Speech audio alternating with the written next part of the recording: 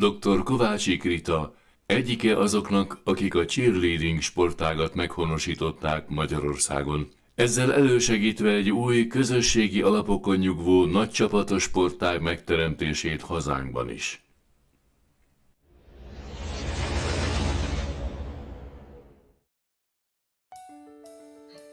Úgy gondolom, hogy nagyon izgalmas az én történetem, egyben nagyon szövevényes olyan szempontból, hogy én kicskorom óta sportoltam, már 4 éves koromban elkezdtem balettozni, illetve ez ilyen tipikus dolog, hogy az anyuka beiratja a kislányát balettra. És próbáltam többféle sportágat, ami itthon népszerű volt, sportaerobikoztam, aztán akrobatikus rockiztam, és az egyetem alatt nekem volt egy olyan lehetőség, ami mai lehetőség is a fiataloknak, hogy ki lehetett menni Amerikába, nagyon tipikus 3 hónapra, hát amúgy mindenféle ilyen konyhai munka, meg stb. Ilyesmivel foglalkozni. Én akkor még nem nagyon beszéltem angolul, mai napra már a diszertációmat is angolul írtam, szóval egy kicsit fejlesztettem, és ott ismerkedtem meg a cheerleadinggel. Elsőre nagyon megtetszett ez a sport, de hát azért álmomban sem gondoltam volna a mostani énemre, ha így most belegondolok, hogy ez így fog történni. Hazajöttem, és tulajdonképpen először csak így megkeresett a kollégám, akkor még az ELTE-re jártam rekreáció életmód és egészségfejlesztés szakra, tehát a sportban mozogtam már akkor is, hogy a futszál csapatnak csináljunk egy pompom csapatot. Jó, csináljunk, tök jó. Összeszedtem, magamon kívül még 5 lányt, amiből egy a testvérem volt, mert van egy húgom, hogy léci húgi, álljunk be, 6 az már úgy mutat valahol. Szereztem nagyon régi, most már nem is használják sem a versenypomponban sem sehol ezeket a pomponokat, raffiából készült, ilyen jó, nehéz, nem is lehet vele igazi mozdulatokat csinálni. Szereztünk ilyet, kis lábszervédő, kis sort, meg egy kis póló tulajdonképpen, na és akkor táncikálunk, tényleg klasszikusan, ez volt, meg szünetekbe fölléptünk. És innen indult a sztori, és szerintem ami a leglényegesebb ebben, hogy jelenleg az ELTE kötőjel BEAT, mert ugye a BEAT az ELTE-nek a sportegyesülete, itt több mint 200 sportolóval, 15 edzővel dolgozunk. Ennél nyilván nagyobb a magyar cheerleading populáció, de erről akkor majd egy kicsit később fogok beszélni. És tulajdonképpen, ami szerintem nagyon izgalmas, hogy én utána elkezdtem képzésekre járni, mert felismertem azt, amit szerintem még kevesen tudnak Magyarországon, de mi cheerleaderek már nagyon. Cheerleadingnek van ugye egy úgynevezett sideline cheer oldal, ezt kezdtük el mi is, hogy lányok táncolnak, ez nagyon népszerű Amerikában, és egyébként itthon is van, hogy születekbe fölépnek a lányok, de van egy versenysport oldala, és tulajdonképpen ebben láttam meg azt a fantáziát, még az érzésre is emlékszem, hogy fú, mondom, ha én Amerikába születtem volna, akkor biztos a cheerleader lennék, és mennyire imádtam volna. De hát akkor is már ilyen 24-5 éves voltam, nem ilyenkor szokott az ember legtöbbször új sportágban, legalábbis versenysportágban kezdeni, főleg nem akrobatikus sportágban, tehát a versenysportág, amiről most beszélünk, az akrobatikáról szól. Tulajdonképpen, ha a nőkre gondolunk, akár férfiakra gondolunk, erre meg ki fogok térni kicsit később, akkor dobálják egymást, emelik egymást, pörögnek, forognak, és ez adja ugye a sportértéket. Na és ebben kezdtem el első körben továbbképezni magam, de hát mivel még Magyarországon kevesen csinálták, akkor is volt már egy egyesület, ahol csinálták, ezért velük szerettem volna társulni, és nagyon izgalmas az élet, mert ők akkor engem elutasítottak, mondván, hogy jaj, cuki ez a kislány, jöhetsz hozzánk sportolni, viszont közben nem csinálhatod a saját egyesületedet. Mondtam, amúgy megértem, csak én meg azt szerettem volna, hogy tőlük tanulok, kooperálunk, hiszen Magyarországon csak mi vagyunk, és utána én meg közben csinálom a saját egyesületemet. Ezt nekik nem tetszett, semmi gond, csináltam magamtól, tehát mondom, képzésekre jártam, csinálgattuk, és sajnos ők már nincsenek, amit amúgy sajnálok, de később fejlődött ez tovább, hogy egy szövetség megalapítása mindig ahhoz 10 egyesület kell, úgyhogy én egy kicsit így elkezdtem, idézzel mondom, kampányolni. Tehát azon túl, hogy a saját edzőim, meg cheerleaderrel együtt dolgoztam, meg fellépni jártunk, meg úgy szépen beletanultunk, össze kellett szedni 10 egyesületet, hogy legyen saját szövetségünk. És hát ismerősök, régi táncos koromból, ugye itt említettem, voltak azért ismerőseim, velük kezdtünk el együtt dolgozni, és ahogy meglett a 10 fő, megcsináltuk a Magyar Cheer Szövetséget. Ez 2013 környékén történt, tehát ez már relatíve most van, és akkor volt az első verseny, illetve kezdett fölépülni ez az egész, tényleg teljesen a nulláról. Akkor volt körülbelül 100-200 cheerleader, mint ahogy itt említettem is, most meg már csak mi vagyunk 200-an, és most meg van 1200 cheerleader, a sport exponenciálisan növekszik. Szerintem fantasztikus a világban is, hogy nem is hinnénk, hogy több millió cheerleader van. Jó, főleg Amerikában, ázsiai országokban és latin-amerikai részen nagyon népszerű. Én ezt nem mondom, hogy Európában a legnépszerűbb sportok között van, viszont nagyon sokan vagyunk, és éppen ezért nagyon nagy benne, még Magyarországon is a potenciál. Én azt érzékelem, és ami a segítségünkre van, ugye a mostani filmek, sorozatok, amik már versenycheerleaderekről szólnak, tehát akrobatikus elemeket tartalmaznak, és tényleg, hogy néz ki egy szezonjuk.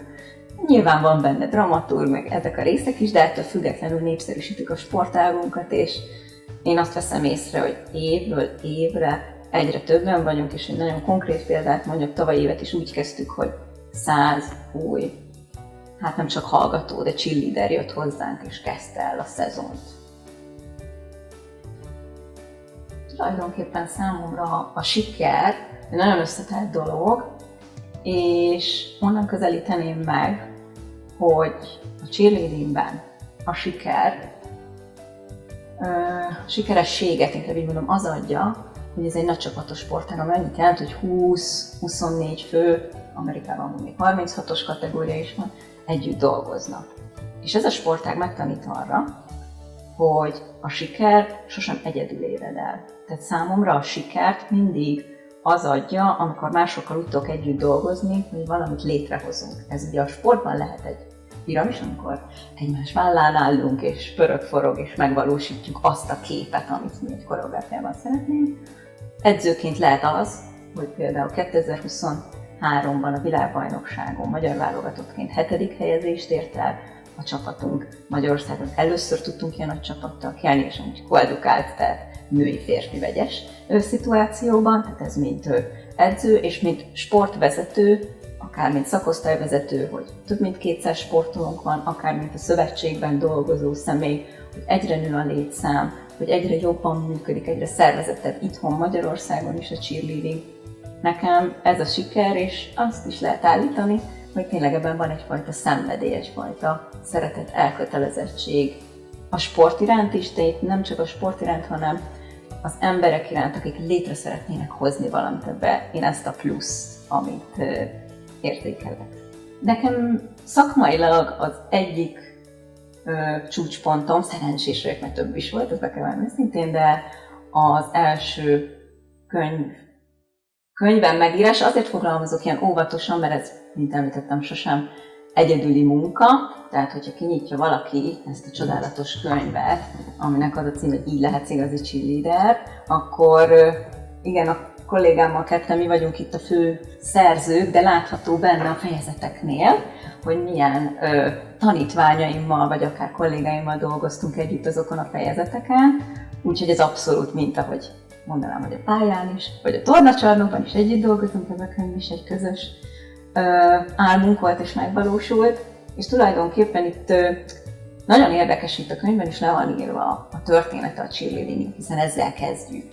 És nem szokták tudni, hogy férfiak kezdték ezt a sportágat. Az 1984-ben kezdődött amúgy, úgy hívták az úriembert, hogy Thomas Peeble, és ő kezdte el szervezni a szurkolást, ugye ez a cheerleading, mint a szurkolás vezetése, tényleg innen indult. Vezessük, mutassuk be a szurkoknak, hogyan kell szurkolni. Aztán később jöttek a táblák, később a mutatványok, karmozdulatok, hogy minél látványosabb legyen, és tényleg egy show-t csinálni, akár félidőben, vagy akár a sideline-on, tehát miközben megy a teljesen mindegy bármelyik mérkőzés, és a nők csak az ilyen 1930-as, 40-es években csatlakoztak be, és akkor mondom, még előtte főleg férfiak, sőt volt idő, hogy csak férfiak lettek, hiszen az egész a szurkolásról szólt, nem alapvetően a táncról, meg a női sportágról, és akkor jött a háború, már 1941-ben az USA ugye belépett a második világháborúba, és akkor a férfiak elmentek háborúzni, és akkor így maradtak a nők a cheerleading frontján, hogy így fogalmazzam. Úgyhogy a 70-es évektől pedig megalakult a sportárnak az a sportági kerete, ami jelenleg sportértéket képvisel, úgynevezett UCA, tehát Universal Cheerleading Association, amit Jeff Webb megalakított, aki jelenleg is a cheerleadingben nagyon sokat tesz, és ahhoz, hogy olimpiai sportág legyen, ugye 2016-ban mi megkaptuk az előzetes státuszt, és 2021-ben pedig a végleges státuszt, ami azért nagyon izgalmas. Mert hogy tulajdonképpen mi ugye benne vagyunk abban a képzeletbeli kalapban, ahonnan ugye kiválasztják a sportágakat az olimpiára, tehát kvázi bármelyik olimpián már ott lehetünk. Ez ugye Párizsban most még nem fog megvalósulni, de reméljük, hogy esetleg a következőn vagy azután ott leszünk, hiszen más sportág, mint például karate is van, hogy bekerül, aztán kikerül, tehát abszolút megvan az opció, és mondom, már ott vagyunk a közelébe. Úgyhogy rengeteg ember nagyon sokat dolgozik azon, hogy ez jól működjön, és van egy nagyon kedvelt mondásom, és szerintem nagyon izgalmas, és mindig ilyen meghökkentő szokott lenni, amit tulajdonképpen nem is az én mondásom, Jeff Webb-től hallottam egy chicagói beszélgetésünk során, hogy a cheerleading olyan, mint a foci. Teljes sok, mondom, miről beszél ez a drága ember, meg nagyon felnézek rá, de hát ez... És azt mondta, hogy hát de Rita, gondolj csak bele, miért olyan híres a foci, miért a legnépszerűbb sportág a futball? Mert most a klasszikus labdarúgásra gondolok. Hát azért, mert semmi más nem kell hozzá, csak egy labda, ugye bárhol üzhető, és akkor gondolj bele, cheerleading, még labda sem kell hozzá. És ahogy ezt így kimondtam, mondom, ez zseniális, és tényleg így van, amikor elmegyünk egy iskolába bemutatót tartani, és nem feltétlenül mi bemutatózunk, hanem csak összeszedjük a gyerekeket, felnőtteket, bármilyen testalkatú, sportmúlttal rendelkező, vagy egyáltalán nem sportoló embert is, és építünk valamit nyilván azon a szinten, ami ott optimális, tehát lehet egy szombrálás, vagy bármi apróság, és imádják, élvezik. Úgyhogy nekem ez az, ami megfogott ebben a sportágban. Magánéletemben, illetve hogyha a családomra gondolok, akkor egyfelől nagyon nagy hálát érzek azzal kapcsolatban, hogy mindig támogatták bármilyen törekvésemet. Még ha néha kicsit furcsa is volt, hiszen egy olyan dologba vágtam a fejszémet, amit itthon még nem volt. És amikor még éltek a nagyszüleim, akkor abban az évben, amikor én utoljára versenyeztem Németországban, akkor kijöttek például engem megnézni. Tehát az a fajta támogatás, az számomra tényleg leírhatatlan, és valószínűleg nélkülük nem lettem volna képes vinni még a nehézségeken is át. Mindezek mellett maga a sport, mi vagy ilyen a csapatos sport, ad egy kis családot, egy kis másodikat. Mert hogy szoktuk egymás között is így hívni a mi kis csapatunkat, hogy ELTE Cheer Family, mert hogy annyi időt töltünk együtt, annyi közös élményünk van, és ez nem csak a versenyek, hanem bármilyen, tényleg a normafánál egy bográcsozás, vagy bármi. És ezen felül persze természetesen mindenkinek van magánélete, nekem is van párom, a szabadidőben nagyon szeretek én például olvasni, és én nagy kirándulós vagyok, úgyhogy én megyek a hegyekbe, és mozgok mindig, tehát szeretem sportosan, aktívan tölteni a szabadidőmet, de egyébként a természetemből adódik, mert a kiskorom óta édesanyám megmondhatja, mindig izgek, mozgok, zsizsgek, úgyhogy ez az általános.